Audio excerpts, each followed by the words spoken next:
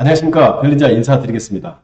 오늘은 입찰 전날 꼭 해야 될 일 4가지에 대해서 한번 말씀을 드려보도록 하겠습니다. 자, 우리가 입찰 전날 꼭 해야 될 일 4가지가 있는데요. 자, 빠르게 알아보도록 하겠습니다. 자, 첫 번째는요. 입찰 보증금을 하루 전날 수표 한 장으로 찾아놓는 일입니다. 두 번째는요. 우리가 낙찰 받을 것을 가정을 하고 낙찰 안내문을 작성을 하는 일이고요. 자, 세 번째는요. 우리가 입찰 전날 미리 입찰표를 작성하면 입찰 당일에 실수를 예방할 수 있습니다. 네 번째는요. 우리가 입찰 당일날 그 당일에는 법원 주차장에 사람이 많기 때문에 주차하기가 상당히 힘듭니다. 그래서 우리가 주차장 위치도 미리 다음 지도를 통해서 확인해보고 가는 게 좋습니다. 자, 그러면 하나하나씩 우리가 자세히 알아보도록 하겠습니다. 자, 첫 번째. 자, 입찰 보증금을 수표 한 장으로 찾아 놓는 것은 바로 하루 전날 해야 될 일인데요. 우리 입찰 당일에 만약에 은행에 가서 이 수표를 찾아가지고 우리가 법원에 입찰을 한다 그러면요. 자, 입찰 당일 아침에 은행이 좀 바쁠 때가 있습니다. 그러다 보면 수표 한 장 찾는 일이 상당히 많은 시간이 걸리고, 자, 이 수표를 찾다 보면 시간이 많이 오버돼가지고 우리가 법원에 좀 늦게 도착하는 경우도 있고, 심지어 입찰 그 기한을 넘겨가지고 우리가 법원에 도착하는 경우도 있습니다. 자, 그래서 사전에 그런 것들을 방지하기 위해서 반드시 하루 전날 우리가 입찰 보증금은요, 수표 한 장으로 찾아 놓으시는 게 우리가 입찰 당일에 당황하지 않고 입찰할 수 있는 방법이니까 반드시 입찰 전날 우리가 수표 한 장으로 보증금을 찾아 놓으시기 바라겠습니다. 두 번째는요, 우리가 낙찰 안내문 작성하기인데요. 자, 여러분들이 대부분 법원에 입찰을 가실 때 사실 낙찰 안내문은 작성해 가지 않을 걸로 예상이 됩니다. 자, 그런데 저는 어느 순간 법원에 갈 때마다 낙찰 안내문을 미리 작성해서 가고 있습니다. 자, 한번 볼게요. 자, 우리가 입찰 당일에 이렇게 입찰을 해가지고 낙찰을 받습니다. 자, 이렇게요. 만약에 우리가 폐차를 하게 되면 그냥 집에 보증금을 찾아서 집에 오면 되고, 자, 낙찰을 받게 되면 자, 여기서 중요한 것은 낙찰을 받고 우리가 물건지에 방문을 해야 된다는 사실입니다. 물건지에요. 자, 그래서 해야 될 일이 바로 이 낙찰 안내문을 이렇게 붙이고 오는 일입니다. 이렇게요. 어쨌든 우리가 낙찰을 받으면 자, 이 낙찰 물건에 이렇게 점유자가 있을 겁니다. 점유자가. 자, 이 점유자를 사실은 우리가 명도를 해야 되는데, 자, 그 물고가 바로 낙찰 안내문입니다.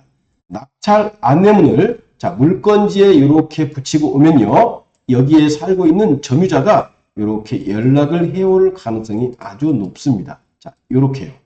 자, 이거를 낙찰 당일에 하지 않으면요, 다시 물건지에 재방문을 해야 되고, 그렇다 보면 시간과 우리가 비용이 발생합니다.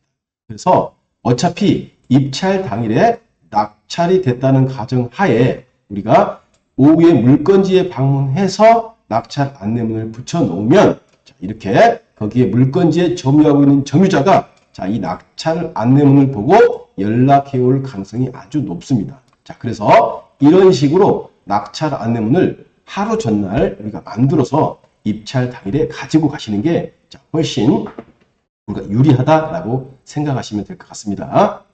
그리고 세 번째 한번 보겠습니다. 세 번째는요. 자, 우리가 입찰 당일이 있고요. 자, 그 하루 전입니다. 전날이에요. 입찰 전일입니다. 입찰 전날입니다. 자, 요렇게요. 자, 입찰 전날 미리 입찰표를 우리가 작성해 갈 것을 제가 보내드리는 이유는요. 입찰 당일에 입찰표 실수를 하신 분들이 꽤 많습니다. 자, 이렇게요. 자, 실수를 하다 보면요. 우리가 이 미납으로 이어져서 우리 소중한 보증금을 몰수당하게 됩니다. 그래서 입찰 전날 미리 입찰표를 우리가 작성을 완료해가지고 우리가 입찰 당일에 법원을 간다면요. 그냥 입찰표 가지고 그대로 법원에 제출만 하시면 됩니다. 실수할 일이 없습니다. 그래서 우리가 이런 실수, 입찰표의 실수를 예방하기 위해서 입찰표를 하루 전날 이렇게 미리 작성을 해가지고 간다. 자, 입찰표 작성하는 방법은요. 우리가 사용하고 있는 이 경매지에 들어가 보시면 우리가 작성을 할 수 있는 그런 게 나오는데 제가 한번 보여드리도록 할게요. 자, 제가 쓰고 있는 경매지 한번 들어가 보겠습니다. 제가 쓰고 있는 경매지 한번 들어가 보겠습니다. 자, 제가 예를 들어 이 물건에 입찰을 한다고 가정을 해보면요. 자, 물건지 아래를 쭉 내려보시면 이렇게 입찰표 작성하는 칸이 있습니다. 자, 이 클릭 이렇게 하시면 자, 이 해당 물건의 입찰표에 이렇게 입찰할 수 있는 입찰표가 나옵니다.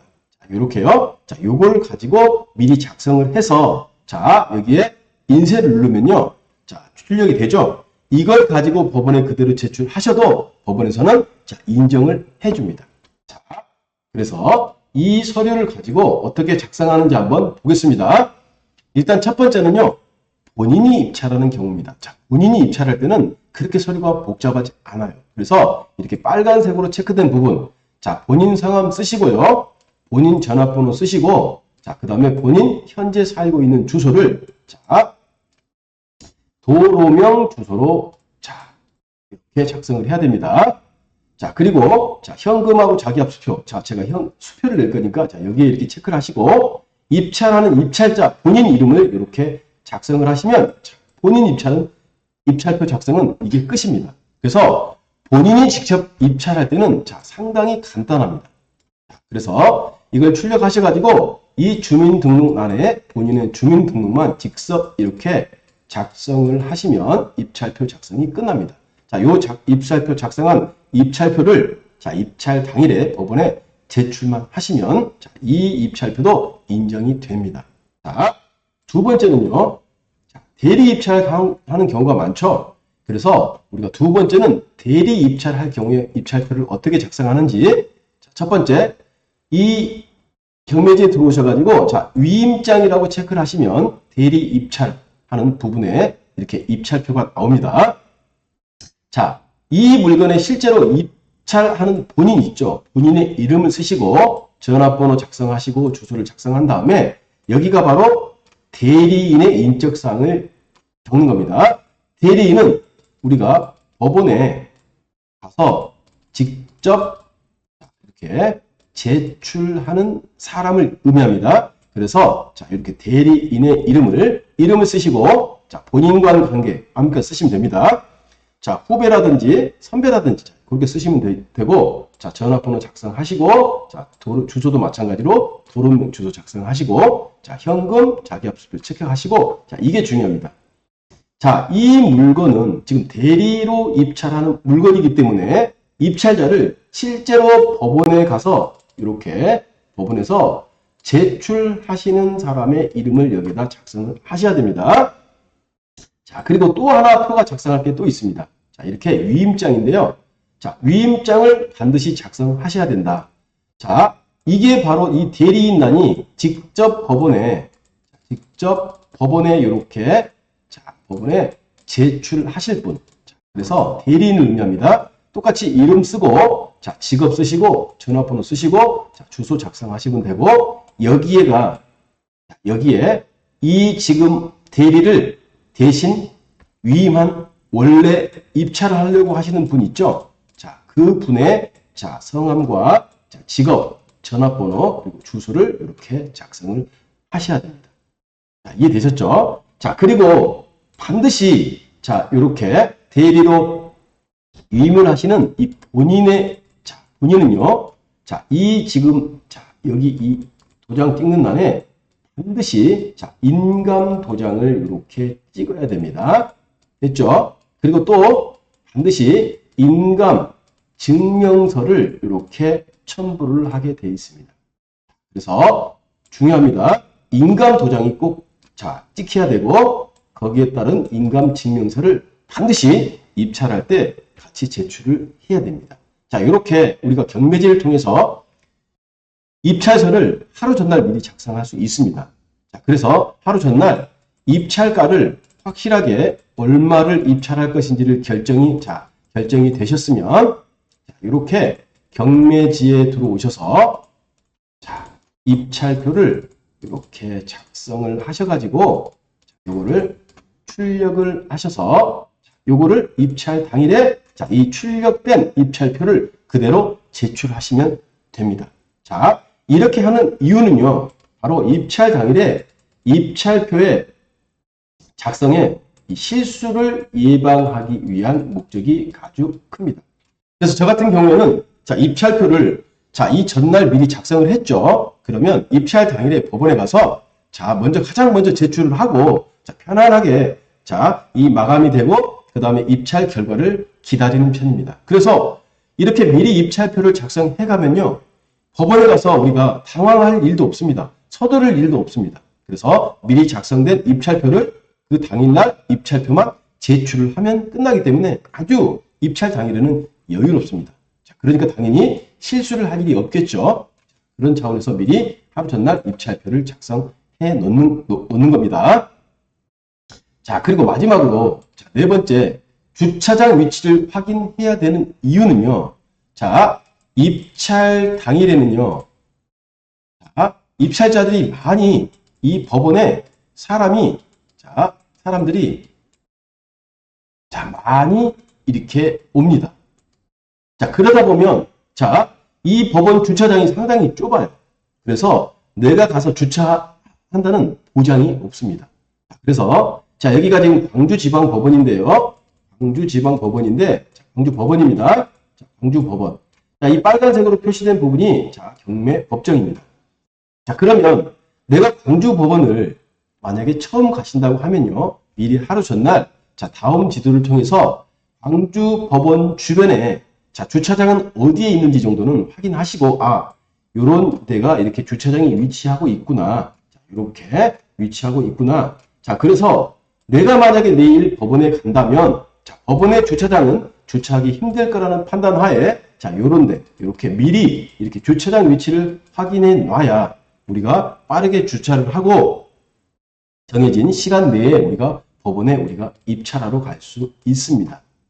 자, 이 입찰 당일에는요, 얘가 아주 복잡하기 때문에 이 주차를 못 해가지고, 자, 시간을, 이 경매 입찰 시간에, 자, 이렇게 사후 입장을 한다든지 아니면 심지어, 자, 이 시간을 넘겨서 입장하는 경우들도 있습니다. 당연히 이렇게 되면 제가 그동안 이 물건을 입찰하기 위해서 준비한 그런 많은 노력들이 허사가 되기 때문에 이러한 부분들도 미리 주차장을 이렇게 하루 전날 위치를 확인함으로써 내가 여유롭게 주차를 하고 경매법정에 갈 수 있는, 자, 그런 여유가 생기니까요. 자, 반드시 하루 전날 주차장도 미리 확인해 보시기 바라겠습니다. 자, 그러면, 자, 오늘 한 이야기 한번 정리해 보도록 할게요. 자, 입찰하기 전에 꼭 해야 될 네 가지가 있는데, 자, 첫 번째는 보증금을 수표 한 장으로 미리 찾아 놓으시라는 거. 자, 이해되셨죠? 자, 두 번째, 미리 내가 낙찰 받을 거를 가정하고 낙찰 안내문을 작성해 놓으면, 제가 낙찰을 받는다면 물건지에 가서, 자, 거기에 있는 점유자에게 이렇게 낙찰 안내문을 붙이고 오면 연락을 받고 명도하기가 수월하다. 자, 세 번째, 가장 중요한, 자, 입찰 당일에 입찰표 실수하는 경우가 많이 발생하고 있습니다.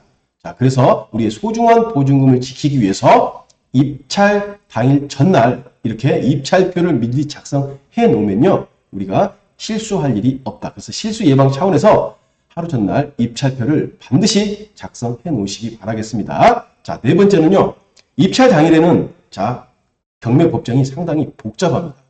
그러다 보면 주차하기가 상당히 어려울 가능성이 높아요. 그래서 법원 주변에, 자, 이렇게 주차장을 미리, 자, 내가 알고 감으로써, 자, 이런 주차하는 어려움을 우리가 해결할 수 있다. 그래서 이 네 가지를 꼭 기억하시고 우리가 입찰하기 전에 이런 철저한 준비를 통해서 입찰 당일에 당황하거나, 자, 시간이 촉박해가지고 이렇게 실수하는, 자, 그런 것들을 예방할 수 있으니까요. 여러분들은, 자, 입찰 전날 꼭 해야 될 네 가지 명심하시고, 자, 좋은 물건 낙찰받고 많은 수익 이렇게 거둘 수 있는 여러분이 되셨으면 좋겠습니다. 자, 오늘은 여기서 마치도록 하겠습니다. 지금까지 베른자였습니다.